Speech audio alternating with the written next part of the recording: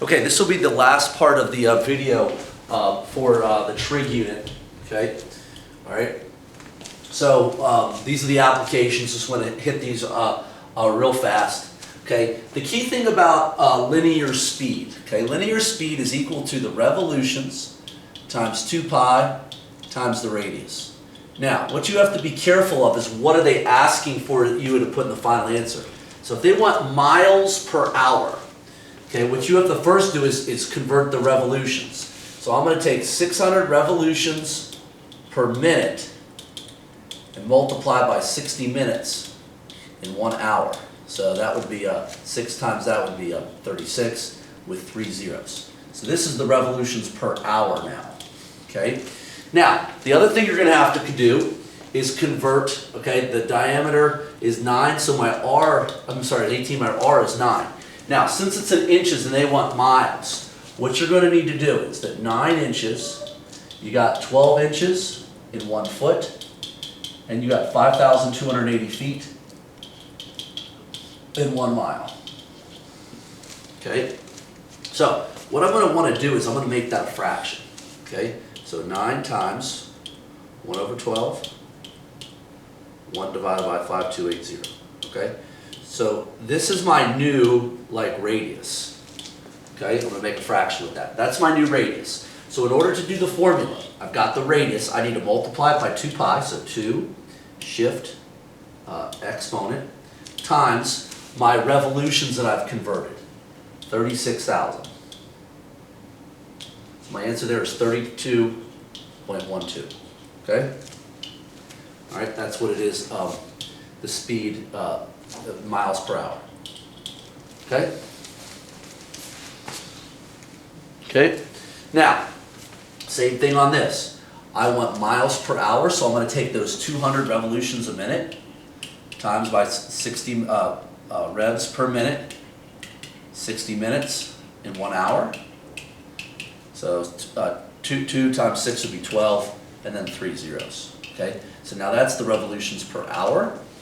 I got to take this diameter, which is really a radius of 12. I got to do 12 inches. Okay, 1 foot is 12 inches, and 1 mile is 5,280 feet. So I'm going to go ahead and convert that. Okay, just like I did the other one. Okay, so 12 times 112 times 1 over 5,280. Okay, if I get a fraction, there's my fraction. I want to multiply by 2 pi. Times my my revolutions, which is 12,000. Okay, so that's going to be 14.27. Okay, arc length. Okay, arc length is going to be equal to the radius times theta. Okay, where theta is basically I need this to be in radian form. Okay, area. So that's arc area. Is going to be 1/2 r squared, same theta. Okay, so for this one, the way I would set up the arc, this would be this. So I'm going to have 5 times. What I would do is I would convert this to a radian measure, which would simply be 135 over 180. Okay, so what I'd have is 135 divided by 180. Okay, times pi. Okay, that'd be 11.78. Okay, to get the area, I would just do 1/2, 5 squared. Okay, 135 divided by 180 with pi. Okay, 1/2. Okay, 5 squared. 135 divided by 180 with a pi. 29.45.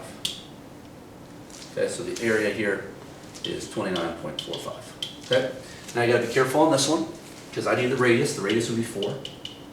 Okay, so the arc length, the way I would set that up is 4. Okay, and I would just multiply by pi over 3. For the area, I would do 1/2, 4 squared, pi over 3. Okay. So I got 4 times parentheses pi divided by 3. Okay, 4.188. And I got 1/2. 4 squared pi over 3. 8.37. Okay. All right. Key thing is that all I'm doing is converting that to radians. Okay. Last two questions. All right. So basically, where is the sine of theta? We talked about this earlier. Negative. Well, sine is going to be negative here and here. Okay. Now, tangent. Where is tangent positive? Well, tangent would be positive in this area, so that would be a quad 3 location. Okay, this one, where's cosine negative? Okay, cosine will be negative here and here. Where is tangent going to be negative? Well, we know tangent is positive here, so that's going to be here, which would be quad 2. Okay, so that's the end of that video. Combine that with the first video. The big thing is to study that opening slide. If you can do that slide and write that out, you will be fine.